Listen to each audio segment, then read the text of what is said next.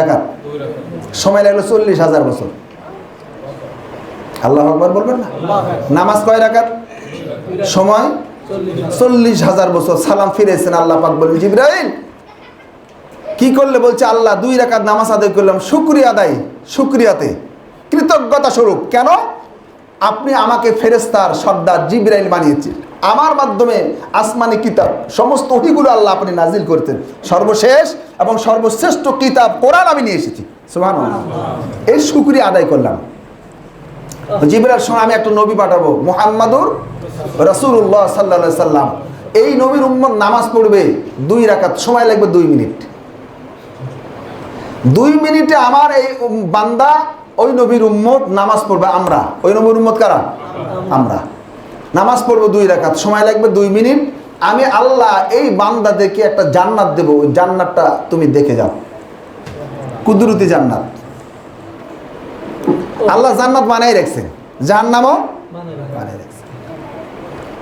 ফেরেশতা জিবরাইলের 600 পাখা আছে। এটা একটু বোঝানোর জন্য আমরা আমাদের জায়গা থেকে কত দূরে চলে গিয়েছি, নিজের স্থানটাকে ছেড়ে দিয়ে এ সাময়িক অল্প সময়ের দুনিয়া নিয়ে দুনিয়া ব্যস্ত হয়ে পড়েছি। দুনিয়ার দরকার আছে, দুনিয়া ছাড়িয়ে আখেরাত হবে না। জিবরাইল উঠিলেন, 600 পাখা আছে, যদি 6 পাখাগুলো মেলা করে উড়ে দেন প্রতি সেকেন্ডে 3,500 মাইল যাবেন।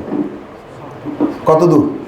3,500 মাইল। তাফসীর কিতাবে এসেছে জিবরাইল প্রতি সেকেন্ডে 3,500 মাইল অতিক্রম করতে পারবেন। আল্লাহর বান্দাদেরকে 2 রাকাত নামাজ 2 মিনিটে পড়ার কারণে আল্লাহ যে জান্নাত দিবেন, সেই জান্নাতে জিবরাইল উঠলেন, কুদরতি জান্নাত। উঠে উড়া দিলেন, যাচ্ছেন যাচ্ছেন, একসময় ব্রেক করলেন, অস্থির হয়ে ক্লান্ত হয়ে জিবরাইল কি করলেন? ব্রেক করলেন। ডেকে আল্লাহ বলছে রব্বুল আলামিন আমি কত দূর আসছি জান্নাতে? আল্লাহ পাক বলল গেছো কত দূর সেটা পরে, কিন্তু ব্রেক করছো কোন জায়গায়, কত সময় বলো? বলছে আল্লাহ রাব্বিল কাবা, কাবার পূর্ব আল্লাহর কসম, প্রতি সেকেন্ডে 3,500 মাইল অতিক্রম করেছি, 3,500 বছর উড়ালাম, এখনো জান্নাতের কোণা খুঁজে পাই নাই। আল্লাহ পাক বললেন ও জিবরাইল তুমি নামাজ পড়ছো 2 রাকাত, সময় দিয়েছো 40,000 বছর। তোমার নামাজটা ছিল আমি রব্বুল আলামিন তোমাকে ফেরেশতা জিবরাইল বানিয়েছে ওই জন্য শুকরিয়া আদায় করার জন্য। আর আমার বান্দারা আমার নবীর উম্মত নামাজ আদায় করবে আমি আল্লাহকে খুশি ও রাজি করার জন্য। আমি খুশি হয়ে আমি আমার বান্দাদেরকে এই জান্নাতটা দিয়ে দিলাম।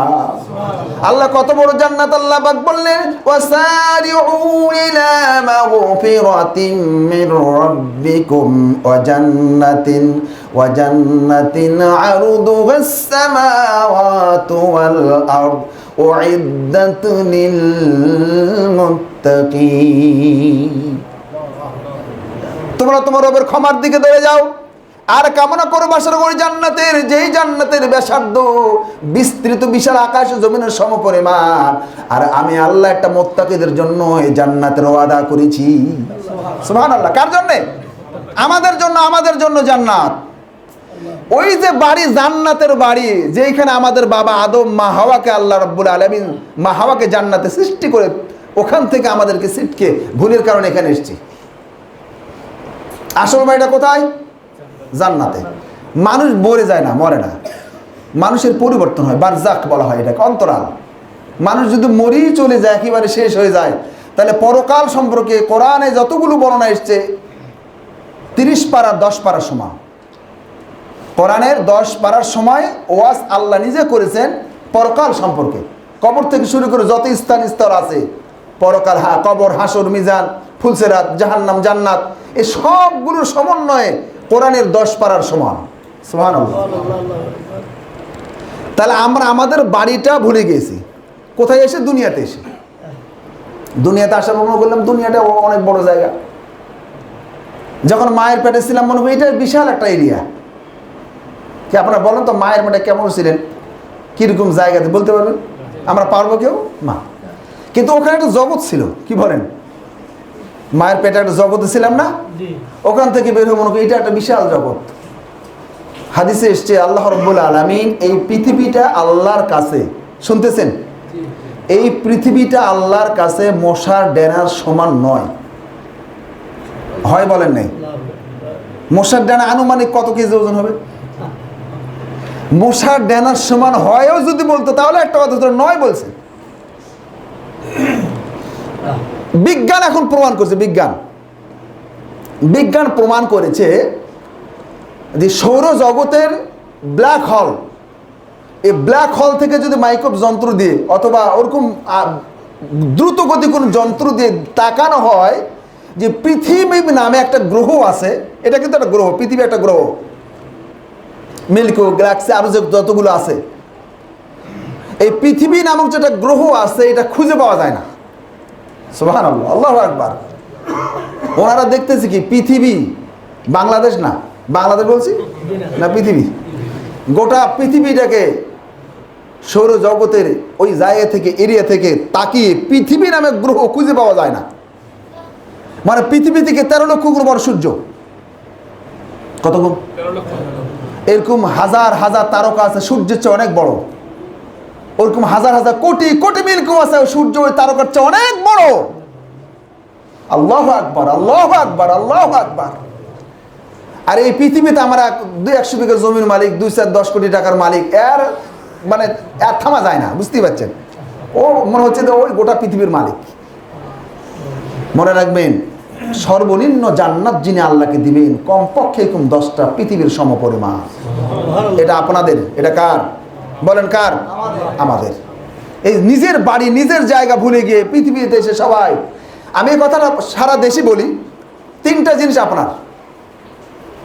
খাওয়া, আঙ্গুলে গণান, 1 নম্বর কি? খাওয়া। এই যে খান, এটা আপনার জন্য খান না অন্যের জন্য আপনি খান? খাওয়া। এরপর পড়া, খাওয়া এবং পড়া, এই 2টা আপনার, আর একটা দান করা, এই 3টা আপনার। দান করাটাই কাজে লাগে, এ খাওয়ার পর দুনিয়াতে শেষ। আর বাকি যত কিছু আপনি আমি করি আমরা, এটা আমাদের জন্য না। মিলাবেন কথা 3টা। টাকা কামান, সম্পদ অর্জন করেন, জমি কেনেন, ব্যাংক ব্যালেন্স করেন, গাড়ি বাড়ি করেন, নিজের জন্য না।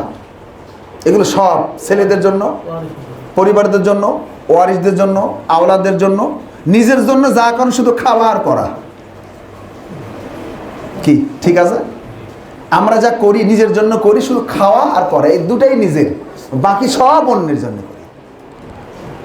প্রিয় ভাই সব, এই পৃথিবী একটা মায়ার পৃথিবী, মায়া মহব্বতে ভরপুর।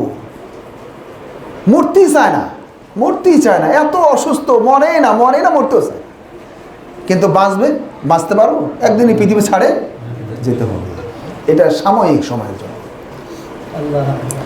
আল্লাহ রাব্বুল আলামিন নবীজি ওই আয়াত লটকাই দিলেন, সবাই তাকায়। আরবি ভাষায় লেখা, যেহেতু আরবের সমস্ত লোকেরা দেখে দেখে পড়ে আর বলে, কুল্লা ইনস্তামাআতিল ইনসু ওয়াল জিন্নু আলা আন ইয়াতু বিমিসলি হাযাল কুরআন লা ইয়াতুনা বিমিসলিহি ওয়ালাউ কানা বা'দুহুম লিবা'দিন যাগীরা। হাবিব, দুনিয়ার সমস্ত মানব এবং জিনকে আপনি বলে দিন, তারা একত্রিত হয়ে